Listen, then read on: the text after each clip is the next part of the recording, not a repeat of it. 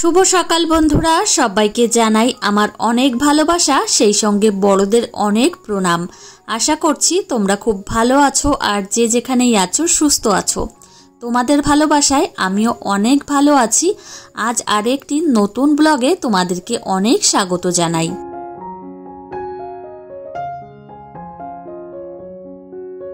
আজকে হচ্ছে বৃহস্পতিবার আর এখন ঘড়িতে সময় সকাল ৮টা মতো বাজতে আসলো।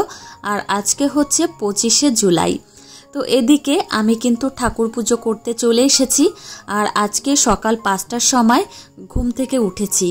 তো আজকে একটু কাজের তাড়া আছে। আর যেদিনকে কাজের তাড়া বেশি থাকে সেদিন আমি একটু সকাল সকালে ঘুম থেকে উঠে পড়ি। তো এদিকে দেখো আমি এখন সকাল সকাল করে ঠাকুর পুজোটা করে নিলাম।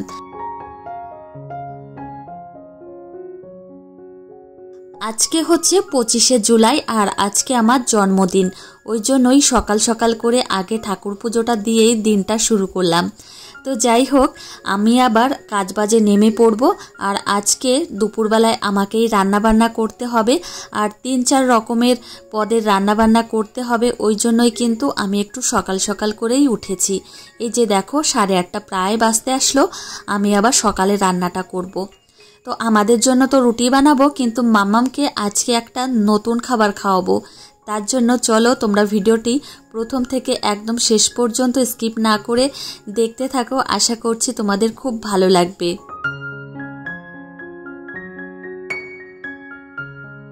ভেবেছিলাম আমার জন্মদিনের দিন একটা শাড়ি পরবো, মানে নতুন একটা ছাপা শাড়ি পরবো, কিন্তু কেনাই হয়নি। তো মাঝে একদিন বাজারে গেছিলাম, এত তাড়াহুড়ো করে মানে বাজার করে চলে এসেছি আর হয়নি। তো ভেবেছি মামামের জন্মদিনের আগেই আর একবার বাজারে যাব, তখন কিনে নিয়ে আসবো। আর আমার ছাপা শাড়ি পরতে কিন্তু বেশ ভালো লাগে। তো তোমরা তো দেখোই যে আমি মাঝে মধ্যে কিন্তু পরে থাকি, তো আমার খুব ভালো লাগে। তো এই কাপ্তানটা আজকেই পরলাম, অনেকদিন আগেই কিনে রেখেছিলাম অবশ্য। তো এদিকে দেখো আজকে মামামকে চিড়ার খিচুড়ি করে খাওয়াবো। আর আজকে চিড়ার খিচুড়িটা আমি মুসুর ডাল দিয়ে করছি। মুসুর ডাল কিন্তু আগেই আমি সেদ্ধ করে নিয়েছি। আর এই যে এখন আমি কিন্তু ফোড়ন দিচ্ছি। তো ফোড়নের মধ্যে কিন্তু জিরা ফোড়ন দিয়েছি, তার মধ্যে একটু গ্রেট করা আদা দিয়েছি। সত্যি খাবারটা যে এত টেস্টি হয়েছিল সে কথা আর বলার মতো নয়। অবশ্য আমিও খেয়েছিলাম, ওই জন্যই কিন্তু কথাটা বললাম। তো খুবই কিন্তু সুন্দর হয়েছে। তোমাদের বাচ্চারা যদি খাবার খেতে না চায়, এই খাবারটা অবশ্যই একদিন ট্রাই করে দেখতে পারো, ওদের খাইয়ে দেখতে পারো, অবশ্যই কিন্তু খুব ভালোই খাবে আশা করছি। তো এদিকে দেখো এখন আমি মাম্মামকে খাওয়াবো। আর চিড়ার খিচুড়িটা এত টেস্টি হয়েছিল, তো মাম্মাম কিন্তু খুব ভালোভাবে খেয়ে নিয়েছিল। এমনিতে মাম্মাম খাওয়া নিয়ে তেমন একটা দুষ্টুমি করে না, তবুও খুব সুন্দরভাবে ও খেয়েছে।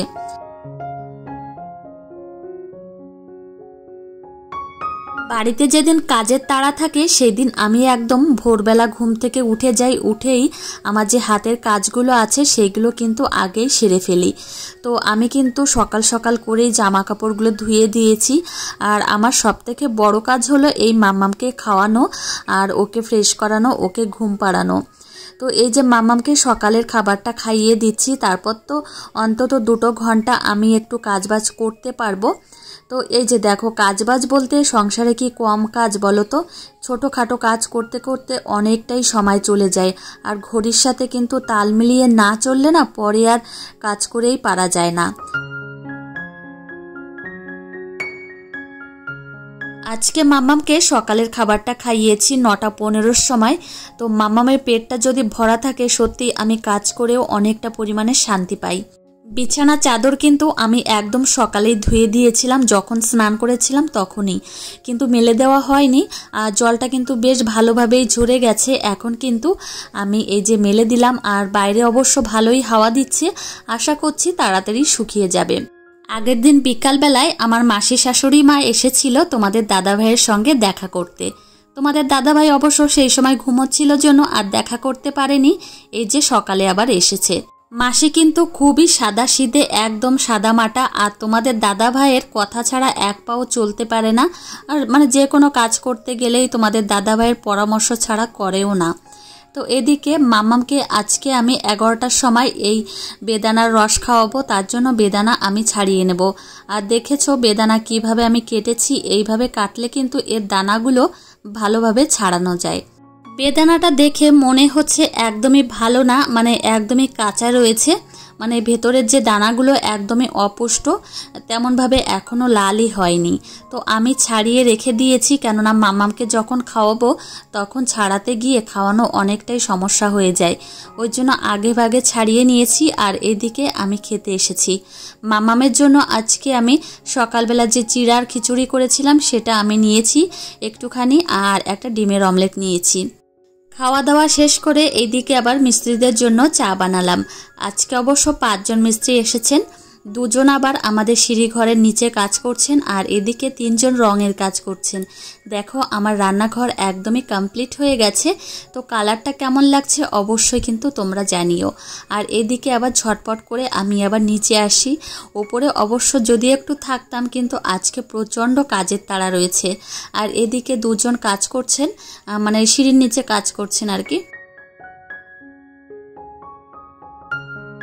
বেদানাগুলো তো ছাড়িয়ে রেখেছিলাম, এখন আমি রস বের করে নেব। তো এই জিনিসটা দেখতে পাচ্ছ, এই জিনিসটা কিন্তু তোমাদের দাদাভাই আমাকে কিনে দিয়েছিল আমি যখন প্রেগনেন্ট ছিলাম তখন। তো জিনিসটা কিন্তু আমি যত্ন করে রেখেছি, যে মাম্মাম বড় হবে তখন কিন্তু মানে আমি কোনো ফলের রস বের করে খাওয়াবো সেই হিসাব করেই কিন্তু যত্ন করে রেখে দিয়েছি। আর খুব সুন্দর কিন্তু বেদানার রস বের হয় এতে, তো তোমাদের কিন্তু দেখাবো। তো আমি কিন্তু প্রচুর বেদানা খেয়েছি আমার মাম্মাম যখন পেটে ছিল, প্রত্যেক দিন তো আমি খেতামই। আজকে মাম্মামকে আমি প্রথম বেদানার রস খাওয়াবো, এর আগে কিন্তু আমি ওকে খাওয়াইনি। আর একটা বিষয় কি জানো তো, বেদানার রস খাওয়ালে কিন্তু বাচ্চাদের পটি আবার কষা হয়ে যায়। তবে আজকে খাইয়ে দেখি, তো কালকে তো বোঝাই যাবে যে মাম্মামের পটিটা কেমন হয়েছে। তো এই যে দেখো একটা বেদানাতে এইটুকু রস হয়েছে, তো মাম্মামকে খাইয়ে দিয়েছি, সেই সঙ্গে ঘরটাও কিন্তু গুছিয়ে নিলাম। তো পরিপাটি করে নিয়েছি দেখো, আর মাম্মামকেও কিন্তু স্নান করাতে নিয়ে চলে এসেছি।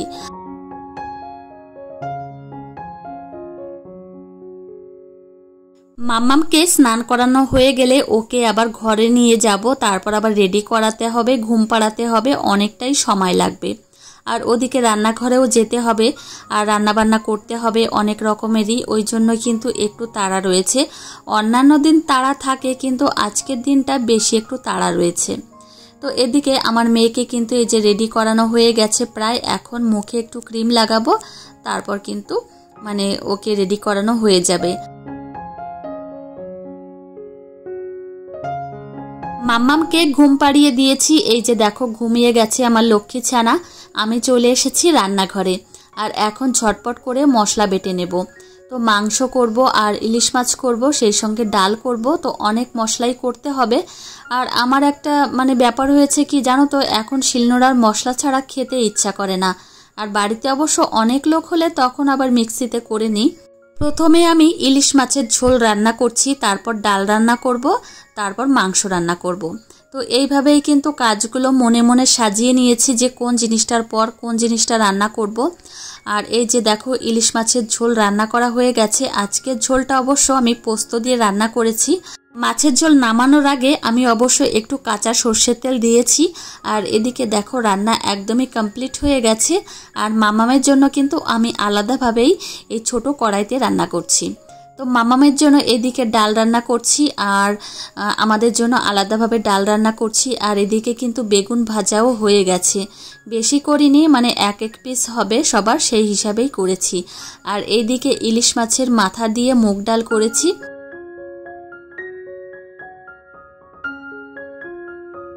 রান্নাবান্না কিন্তু সবই প্রায় কমপ্লিট হয়ে গেছে। এখন আমি শুধু পাঁপড় ভাজছি, আর পাঁপড় খেতে কিন্তু আমার মাম্মাম খুব ভালোবাসে, ওই জন্যই কিন্তু এই পাঁপড়গুলো ভাজছি। আর আমি কিন্তু চাটনি করিনি, কেননা আমাদের বাড়িতে না কেউ চাটনি খেতে একদমই পছন্দ করে না। আমি অবশ্য করি, কিন্তু আমার জন্য আর করলাম না। রান্নাবান্না প্রায় শেষের দিকে, এখন শুধু মাংসের ঝোলটা নামালেই হয়। আর এদিকে বেগুন ভেজেছি, সেই সঙ্গে মামামের জন্য ইলিশ মাছের ঝোল আলাদাভাবে রান্না করেছি, মামামের জন্য আলাদাভাবে ডাল রান্না করেছি, বেগুন ভেজেছি। আর মাংস এনেছে তোমাদের দাদা ভাই, সেটা হচ্ছে দেশি মুরগির মাংস। আমি যেহেতু দেশি মুরগির মাংস খেতে ভালোবাসি, ওই জন্যই এনেছে। আর এদিকে ইলিশ মাছের ঝোল করেছি পোস্ত দিয়ে। তো এই হচ্ছে রান্নাবান্না। বেশি কিছু করিনি, অল্পই রান্না করেছি। আমার জন্মদিনে তেমন কিছুই কোনোদিনই হয়নি, একদম বাপের বাড়ি থাকতেও তখনও কিছু হয়নি। মা হয়তো একটু পায়েস রান্না করেছি, এই আর কি।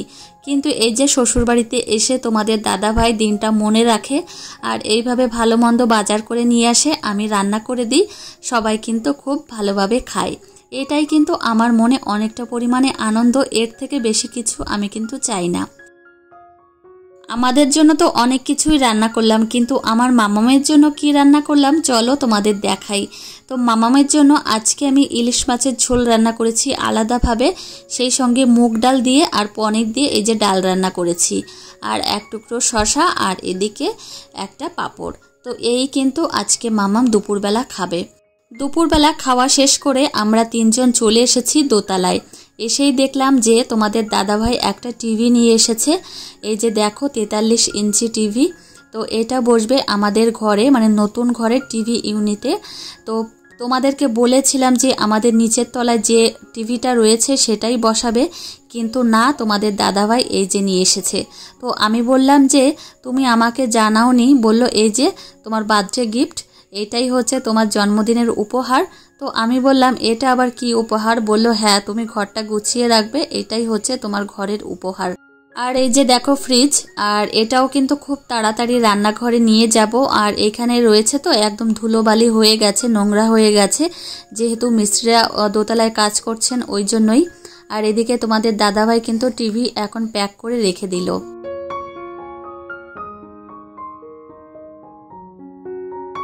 রাতের রান্নাবান্না থেকে শুরু করে খাওয়া দাওয়া সব কিছুই হয়ে গেছে আমার মাম্মামের, তোমাদের দাদা ভাইয়ের। তো এদিকে ঘরে এসে ঝটপট করে রেডি হয়েছি। তোমাদের দাদা ভাই কেক নিয়ে এসেছে, আর এদিকে দেখো মাম্মাম তো খুব খুশি।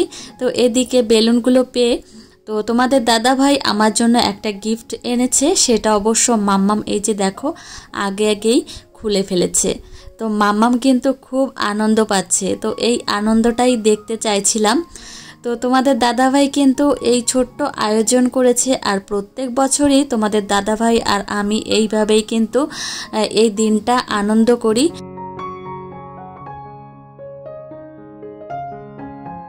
এখন অবশ্য রাত 11টার বেশি বেজে গেছে, আর মাম্মাম দেখো কি আনন্দ করছে। আর এদিকে কেকটা নিয়ে এসেছে তোমাদের দাদাভাই, তো বাজার থেকে আসার সময়ই নিয়ে এসেছিল। তো অনেকটা বড় এনেছে, আমি বললাম যে এত বড় আনার কি দরকার ছিল, একটু ছোট আনলেই হতো। তোমরা শুধু দেখো আমার মামাম কতটা পরিমাণে আনন্দ করছে, আর ওর খুশি দেখেই কিন্তু আমরা দুজন খুশি হয়েছি। তো মামামের জন্যই কিন্তু এই বেলুনগুলো নিয়ে এসেছে, না হলে কিন্তু আনতো না। মামাম আনন্দ করবে জন্যই কিন্তু তোমাদের দাদাভাই এনেছে। তো মামাম আর আমি এই যে দেখো কেক কাটছি, মামাম তো খুব আনন্দ পাচ্ছে। তো যাই হোক, গত বছর কিন্তু মাম্মাম অনেকটা পরিমাণে ছোট ছিল। আর এই যে দেখো মুখে একটু কেক দেব তো নিতেই চায় না, আর কোনো খাবারই কিন্তু মুখে নিতে চায় না। ওই যে 5 বেলা আমি একটু খাইয়ে দিই ওইটুকুই, নিজে যে কোনো একটা জিনিস ধরে খাবে সেটা কিন্তু খেতেই চায় না। তো যাই হোক, তোমাদের দাদাভাইকে কিন্তু ডেকেছিলাম, তোমাদের দাদাভাই ক্যামেরার সামনে আর আসতে চায়নি, বলল কি যে এখান থেকেই কেক দাও। তো এদিকে তোমাদের দাদাভাই দেখো আমাকে এখন কেক খাইয়ে দিচ্ছে। তোমরা শুধু একবার দেখো আমার মামাম কতটা পরিমাণে আনন্দ করছে, আর ওর আনন্দ দেখেই আমরা দুজন আনন্দ পাচ্ছি। তোমাদের দাদাভাই আমার জন্মদিন উপলক্ষে আজকে আমাকে একটা স্মার্ট ওয়াচ দিয়েছে, অনেক দিন ধরেই ইচ্ছা ছিল। তোমাদের দাদাভাই যে আজকে এনে দেবে আমাকে কখনোই বলেনি, আর ওয়াচটা কিন্তু আমার খুব ভালো লেগেছে আর খুব পছন্দ হয়েছে।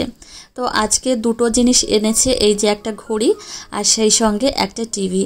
যাই হোক, আজকের দিনটা কিন্তু সকাল থেকে শুরু করে এই যে রাত পর্যন্ত খুবই আনন্দ করে কাটালাম, আর তোমাদের সঙ্গে শেয়ার করলাম। তোমাদের কেমন লাগলো অবশ্যই জানিও। এখন অবশ্য রাত 11:30 বেজে গেছে, মাম্মামের চোখে একদমই ঘুম নেই, ওকে আবার ঘুম পাড়াবো। তো এইভাবে কিন্তু ও খেলতেই থাকবে, ঘুমোবেই না। তো এখন দেখো এই যে 11:30 বেশি বেজে গেছে। চলো আজকে ব্লগটি এখানেই শেষ করছি। তোমাদের কেমন লাগলো অবশ্যই জানিও বন্ধুরা। ভালো লাগলে একটা লাইক কমেন্ট করতে ভুলো না, আর দেখা হবে তোমাদের সঙ্গে পরের ব্লগে।